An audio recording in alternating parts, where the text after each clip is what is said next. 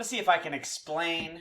I've been trying to explain where I think we are in this bull run. And maybe this quickly drafted chart I made can help. Sorry it's not super professionally done here, but hopefully it makes my point, which is, in general, you have the boring low, which goes into the parabolic rise, and then crash into the next boring low. The boring low is always an order of magnitude that is 10x or more higher than the previous boring low, and the peak is 10x higher than the previous peak. And I'm using Ethereum numbers here, the 5K, 30K. And, so the question is, where are we? And you never know, okay? But we do know, I've got a scale here by year is like this far. These are like 3-year trends, sometimes 4, okay?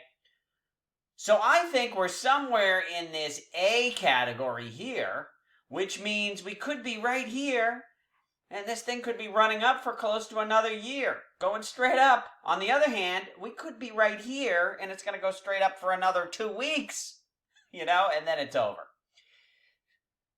So where are we on that is the question. And, my feeling is we're close to somewhere here around this middle area, which means we're close to near where the next boring low is going to be.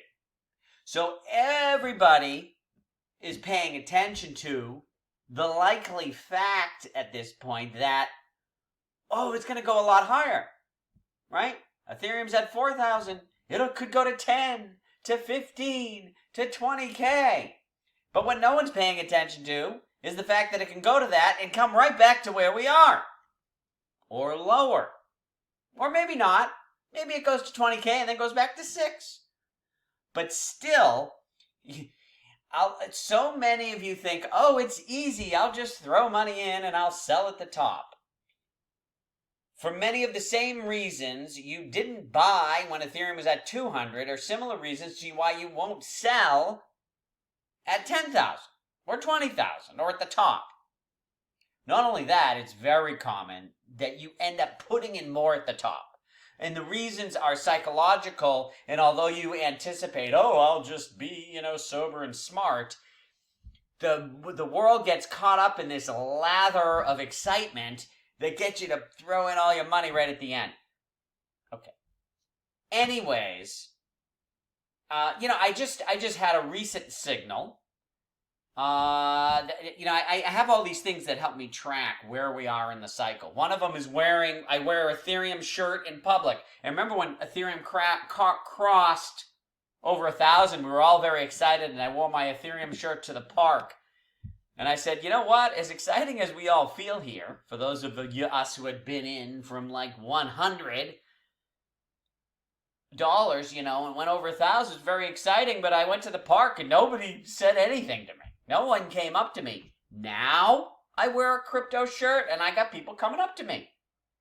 Hey, Ethereum, people talk, what do you think of Shibu?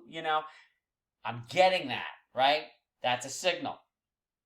I've been through these bubbles, and it's always the same. It's a psychological thing with humans. And another one that I remember when Tai Lopez. He's back in crypto, baby.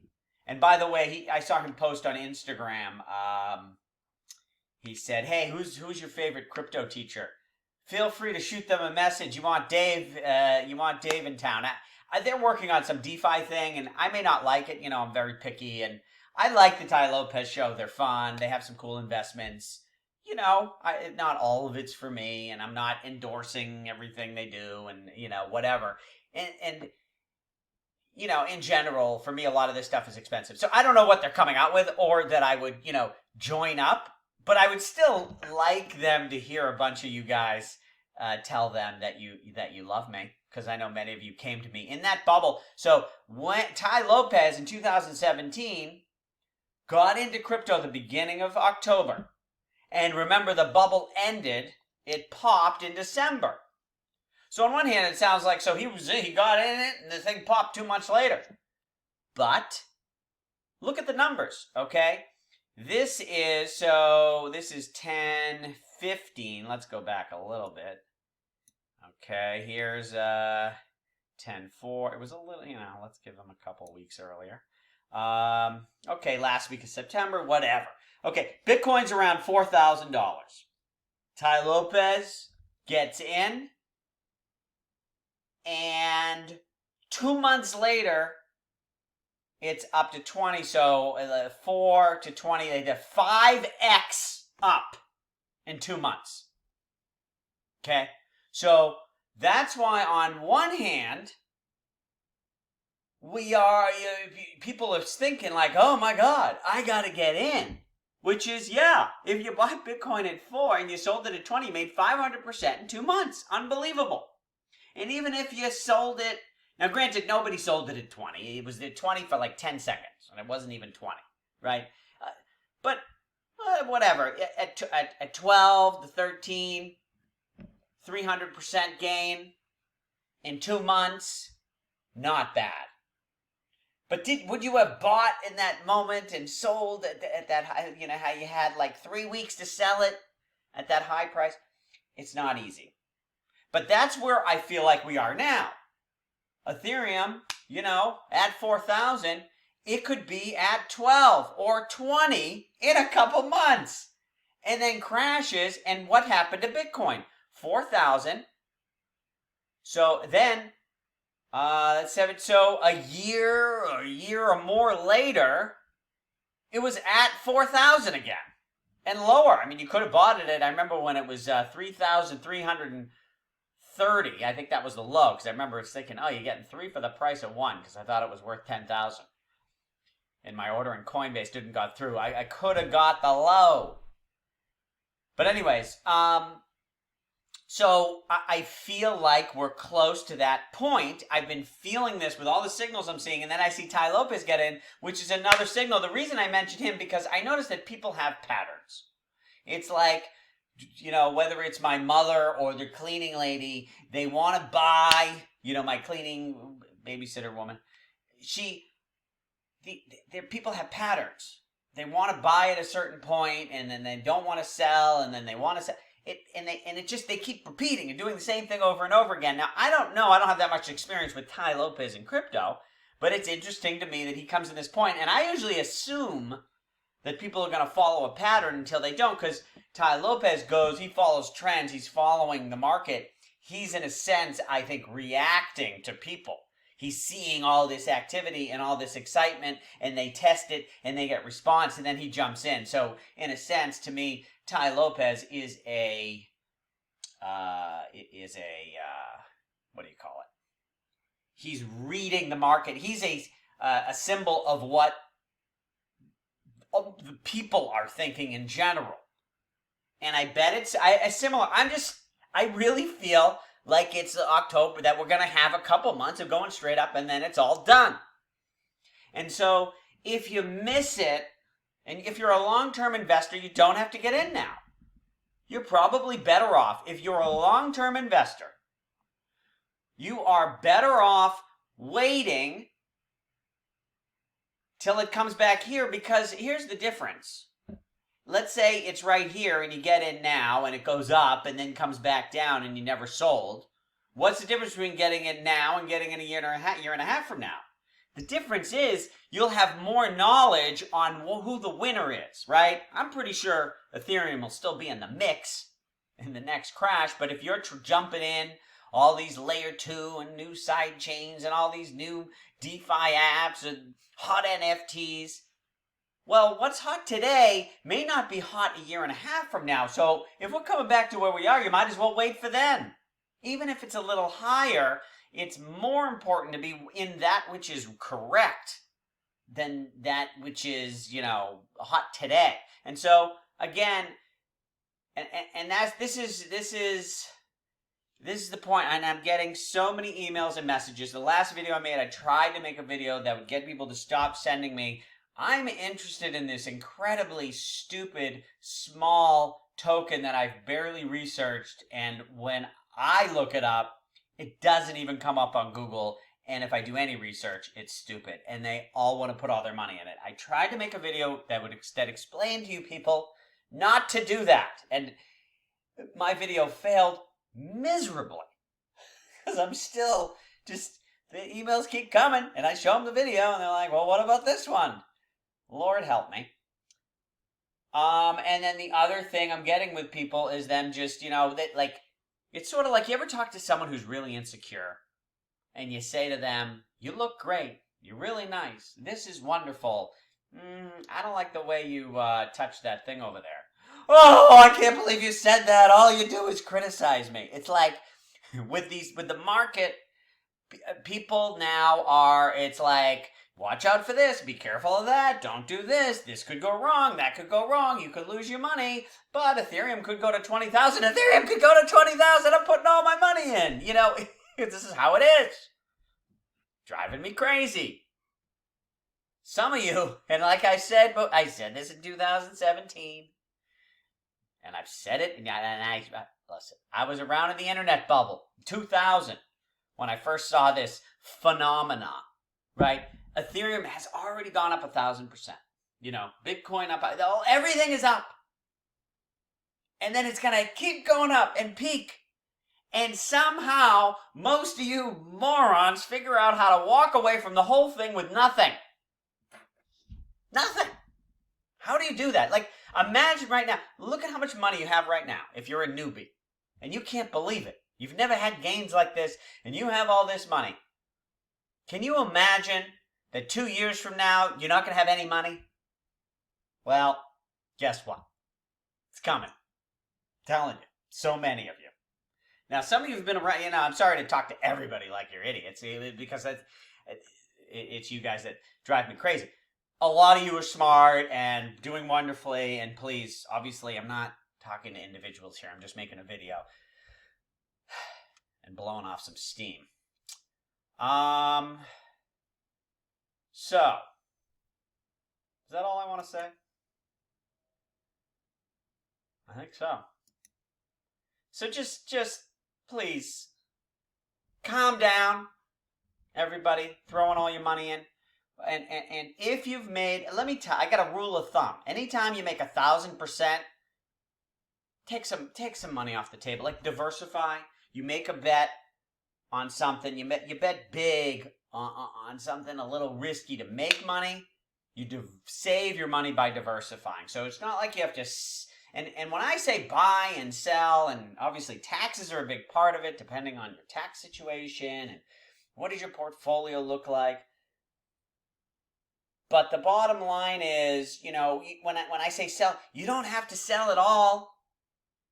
When I say, I take some money off the table, I'm not selling everything. But if 80% of your portfolio is in, a dog meme copy of a dog meme token, 80% of your net worth is in that, maybe you sell some of it and put it into something else that won't go down 90%. Now, the other thing is when these crashes too, and it's hard to understand and it's hard to communicate with you. That's the other thing that I'm getting with people. And they're like, I've seen it go down. I saw it go down in May. In May, it went down 60%. Okay? That's not a crash. That was like we thought, well, with that crash, with that fall, that could be the start of the crash. Turns out it wasn't. Okay? What I'm talking about, remember how it felt in May when it went down 60%? Okay? Well, imagine it goes down 60% again from there, and then it goes down 60% again. Do you understand what I'm saying? If you haven't been through a crash, you don't understand the pain. And the math that I learned through these stupid bubbles is the safer tokens like Ethereum and Bitcoin may only go down 80%. Okay? So when you're off 60%, you think, it's only another 20% to get to 80% off, right? No, because you're measuring off the high. To get from 60% to 80% is another 50%. And let me tell you, DeFi tokens and a lot of these side chains, especially the ones that aren't going to be winners, will go down 90%, 95%. And most NFTs will go down 99%. Many of them will have zero liquidity, and maybe that liquidity will come back and, when the next bull market, but for a while, you won't be able to catch a bid. Zero, effectively, for a lot of these NFTs. So, trust me, all you geniuses out there who've jumped into this thing and you're making a shitload of money, ain't so easy. Trust me, it ain't so easy. Okay? Now, hey, you're in crypto early. You've come this far. Good for you. You're not all, that's something. But just be careful here. We could be in the tail end. Go through, one thing I did when I first got into Bitcoin in 2015, when I was buying it, I went through the chart. You see how I scrunched this chart? This is Coin Market Cap, and they let you scrunch the time frame here. I scrunched the time frame for 2 months, and I literally, whoops, that's dragging. Can you drag the whole thing? Well, I went the 2 months. I went through the whole goddamn history. I was like, oh, here we are in 2012. Went from 140 to 70. I was like, oh, that's a big drop. And then what happened? And then it went from 70 to 350. Wow, that's pretty cool. And then it went to 1,000. And then it went, whatever. Oh, this is $2,000. $1,000? Was that 1,000 in 2013? No, that's 2014. No. Oh, 2013 in December, so that became two. Anyways, listen.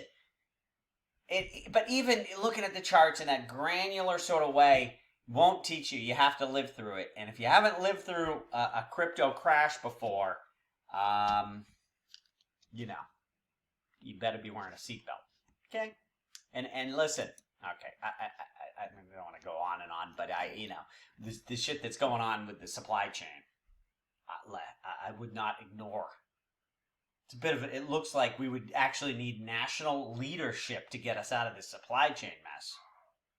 And none of our politicians are leaders, right?